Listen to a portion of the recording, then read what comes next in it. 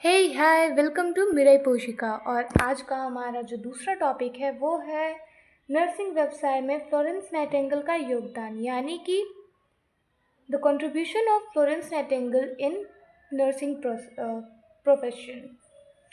इसमें बेसिकली सारी चीज़ें फ्लोरेंस नाइटिंगेल के बारे में बताई गई हैं, जैसे उनका जन्म कब हुआ, वो किस फैमिली से बिलोंग करती थी, उनके फैमिली वाले कैसे थे, उन्होंने क्या क्या किया और कैसे वो प्रसिद्ध हुई, उन्होंने क्या क्या नर्सिंग प्रोफेशन के लिए किया। बेसिकली इन सारी चीज़ों से डील किया गया है। ओके, जैसे कि आप देख सकते हैं कि यहाँ पे सबसे पहले फ्लोरेंस नाइटिंगेल का बर्थडे है। मिस फ्लोरेंस नाइटिंगेल का जन्म 12 मई 1820 ईस्वी में इटली के फ्लोरेंस शहर में हुआ था। इनके पिता अमीर अंग्रेज थे, वे माता संसद सदस्य की पुत्री। फ्लोरेंस नाइटिंगेल को बचपन में ही घूमने का शौक था। शौक को पूरा करने के लिए वो विभिन्न अस्पतालों का भ्रमण करती थी। ये थोड़ा सा अजीब शौक है। आई मीन लाइक घूमने का शौक बहुत सारे लोगों को होता है, पर हॉस्पिटल में कौन जाता है यार घूमने। खैर छोड़ो, अपने अजीब से शौक के कारण आज इनके ऊपर बुक पढ़ रहे हैं हम लोग। अस्पतालों का भ्रमण करती थी। वो अपने अनुभवों के आधार पर डायरी लिखती थी। अस्पतालों के भ्रमण दौरान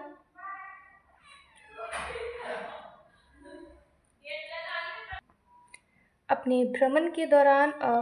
अस्पतालों के भ्रमण के दौरान उनको नर्सों की दयनीय स्थिति के बारे में पता चला। अब ऑफ कोर्स कहीं जा रहे हो तो वहाँ पे लोगों की कंडीशन, लोग क्या कर रहे हैं, कैसे कर रहे हैं, ये सारी चीज़ें आप देखोगे। ठीक है। उसके बाद 1849 में इन्होंने मिशनरी ज्वाइन की तथा 10 दिन तक वहाँ रहते हुए नर्सेज की स्थिति का अध्ययन किया। आई मीन लाइक वो इतनी ज़्यादा इस चीज़ को लेकर के कॉन्शियस थी, सेंसिटिव थी, या जो भी कह लो, कि उन्होंने 10 दिन रह करके सिर्फ और सिर्फ वहाँ पे रहने वाली नर्सेज की कंडीशन को एनालाइज किया है। ओके, वहाँ पे उन्होंने बहुत सारी चीज़ें की, लाइक वहीं पे वहाँ पे जो इंसिडेंट्स हुआ, उन्होंने वहाँ पे जो भी चीज़ें देखी, लाइक नर्सेज की बहुत ज़्यादा दयनीय अवस्था थी। ठीक है, no respect and this kinds of thing. अभी भी आप देखते होगे कि नर्सेज को लेकर के बहुत ज़्यादा अच्छी सोच नहीं है बहुत सारे लोगों में, बट लेट देम बी, क्योंकि अब मैं इसके आगे क्या ही बीन बजाना। खैर, तो यहीं से शुरू होता है फ्लोरेंस नाइटिंगेल का नर्सेज के टूवर्ड्स एक बिग स्टेप, क्योंकि 1851 में मिस फ्लोरेंस की बहन बीमार पड़ गई और उन्होंने किसी अच्छे अस्पताल स्वास्थ्य सुधारने के लिए ले जाने की सलाह दी गई। इस पर वो अपनी बहन के साथ जर्मनी गई और वहाँ 3 महीने तक रुकी। इस दौरान इन्होंने नर्सेज के कार्यों व उनकी स्थिति देखकर नर्स बनने का निश्चय किया। सबसे बिग स्टेप फ्लोरेंस नाइटिंगेल का, जब उन्होंने डिसाइड किया था, मतलब एक वेल बीइंग बैकग्राउंड से बिलोंग करने के बाद भी उन्होंने नर्स बनना चूज़ किया। ओके, ये सच में काफ़ी स्ट्रॉन्ग डिसीज़न होता है। ठीक है, और भूलना नहीं कि इनके पिता बहुत ज़्यादा रिच हैं और जो इनके नाना हैं वो भी संसद के मेंबर हैं। ओके, अब जो नेक्स्ट पॉइंट है, सन 1852 में इन्होंने नर्सिंग ज्वाइन की। ओके, इनका ट्रेनिंग पीरियड खत्म हो चुका है। 1851 में ये जर्मनी गई थी अपनी बहन के साथ, और 1852 में इन्होंने नर्सिंग ज्वाइन भी कर लिया है। इनके नर्सिंग ज्वाइन करने के 2 वर्ष बाद सन 1854 में क्रिमियन युद्ध शुरू हुआ। ये क्वेश्चन भी आता है कि क्रिमियन युद्ध कब शुरू हुई थी, तो 1854 याद रखिएगा। ओके, इस युद्ध में मिस फ्लोरेंस ने बेसिकली इस वॉर में, जब ये वॉर हुआ था तो उस वक्त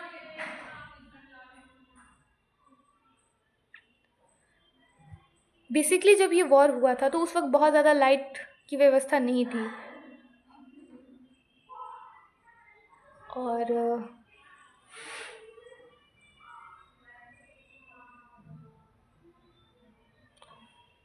ये जो बात हो रही है ये 1854 के टाइम की हो रही है। ओके, तो बेसिकली जब उस वक्त वो क्रीमियन वॉर हुआ था, उस वक्त मेडिकल फैसिलिटीज़ भी इतनी डेवलप्ड नहीं थी, और ना ही लाइट्स का इतना कोई अच्छा सा मतलब प्रॉपरली अवेलेबल थी। ठीक है, तो जहाँ पे वो वॉर हुआ था, कुछ लोग वहाँ से भाग करके किसी हॉस्पिटल में, किसी चर्च में, किसी क्या बोल सकते हो, मतलब जहाँ जिसे जगह मिल रहा था वो वहाँ पे जा करके खुद को प्रोटेक्ट करने के लिए छुप रहा था। ऐसा ऐसा सिनेरियो हुआ था, मतलब मैंने इसे कहीं पढ़ा है। I don't know what exactly happens, but this is what I have read. तो ऐसा सिनेरियो था, और जहाँ पे वॉर हो रहा था, नहीं ये कट करना होगा, यहाँ पे पूछते हैं क्या? ठीक है, ओके। तो द ड्यूरेशन ऑफ 1854, जब क्रिमियन वॉर हुआ था, उस वक्त बहुत ज़्यादा लाइट्स और मेडिकल फैसिलिटीज़ डेवलप नहीं थी। और उस ड्यूरेशन में जो ये मिस फ्लोरेंस नाइटिंगेल है, इन्होंने उस युद्ध में घायल होने वाले लोगों को, बीमार पड़ने वाले जो बहुत ज़्यादा चोटिल हो चुके हैं, उन सब की बहुत ज़्यादा हेल्प करी थी। हेल्प क्या करी थी? सेवा करी थी एक्चुअली में, ठीक है।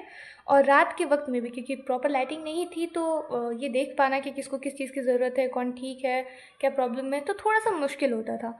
तो इसके लिए फ्लोरेंस नाइटिंगेल लैम्प के साथ जाती थी सारे सोल्जर्स के बीच में, ताकि वो उन्हें देख सके। और इसी एक्शन की वजह से उन्हें लेडी विद द लैम्प का टाइटल भी मिला है। ये क्वेश्चन भी आता है 1 मार्क्स में कि who is known as lady with the lamp and why Florence Nightingale is known as lady with the lamp. तो इसका आंसर आप सिंपली लिख सकते हो कि क्रिमियन वॉर की ड्यूरेशन में जब लाइट्स की प्रॉपर फैसिलिटीज़ नहीं थी, तो ये जो भी युद्ध में घायल थे, उन घायलों की स्वास्थ्य, क्या बोल सकते हैं इसको, तो उन घायलों की देखभाल करने के लिए फ्लोरेंस नाइटिंगेल रात के समय में भी जाती थी और लैंप के साथ जाती थी, और इसी एक्शन की वजह से उन्हें लेडी विद द लैंप कहा गया। ओके। और यहाँ पे एक और चीज़ है जो इम्पॉर्टेंट है, वो है कि फ्लोरेंस नाइटिंगेल ने कई नर्सिंग ट्रेनिंग स्कूल्स भी चलाए, जहाँ पे एक इंसान जब नर्स बनने की प्रोसेस में आता है, वो अच्छे से समझ सके, उसे अच्छे से पता चल सके कि उसका काम क्या है, उसे क्या क्या करना है। और जो एक इम्पॉर्टेंट क्वेश्चन यहाँ से बनता है, पहला नर्सिंग स्कूल